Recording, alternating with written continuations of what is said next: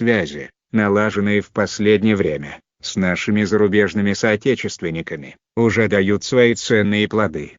Настоящей сенсацией для истории Чечни является сообщение о существовании арабоязычной рукописи аланского историка, мусульманского ученого и проповедника Аз-Дина Вазар, сведения о которой вместе с ксерокопией, аннотацией на арабском и чеченском языках, передал в Чечено-Ингушский государственный объединенный музей историк из Иорданского хашимитского королевства Абдул-Гани Хасан. Отец аланского историка Аз-Дина Вазар был офицером высокого ранга, являясь одним из военачальников монголо-татарского войска. Жил он в столице татар, городе Сарай, однако, предки Аз-Дина вышли из народа Нахчи, чеченцы.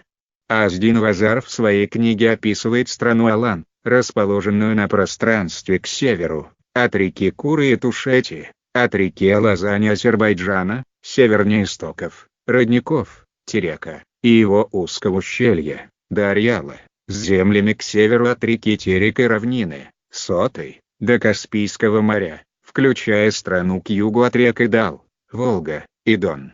В рукописи упоминаются населенные пункты Алан, Мажар, Дадикия, крепость Баланжар, Балх, Малга, Наших, Магжа, Аргун, Келбах, Терки, а также описывается местность нижнего течения Терека, при впадении в Каспийское море, включая равнину Кишин и остров Чечен. Кстати, по предварительной информации, полученной от Абдул-Гани, средневековый автор не отделяет чеченцев от алан, считая их одним народом. Начальное образование Аз-Дин Вазар получил в городе Сарай. Родился он во времена, когда хромой Тимур прошелся жестокой войной по Кавказу, то есть в 1395 году, а умер Аз-Дин Вазар в 1460 году, прожив 65 лет. Для продолжения учебы он выехал в мусульманские страны Египет, Иран, Турцию. Аз-Дин Вазар попытался проповедовать ислам среди чеченцев, но это ему не удалось, потому что в то время горные аланы исповедовали две религии, одна часть христианскую, а вторая языческую религию, хотя Аз-Дину Вазар не удалось распространить мусульманство, однако, он сумел немного распространить свои знания, учения.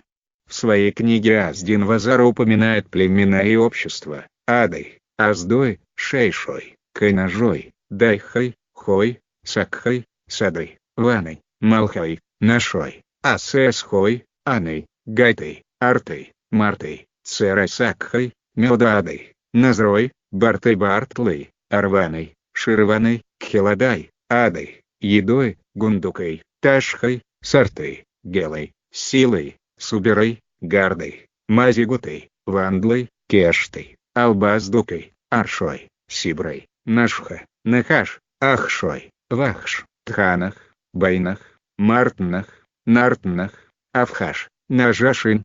Большая часть этих топонимов и названий до сих пор существует на равнине и в горах Чечен-Ингушетии. По-видимому, предположение лингвиста, кандидата филологических наук Я.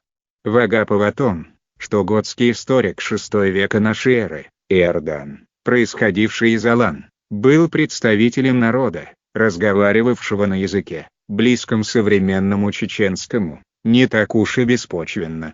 Арабоязычный источник средневекового аланского ученого, путешественника и миссионера из чеченцев Аз-Дина Вазар, еще предстоит исследовать ученым, историкам и лингвистам. Материалы разворота подготовлены старшим научным сотрудником ЧИГом, Далханом Хажайлом. Газета «Республика», от 14 февраля 1991 года.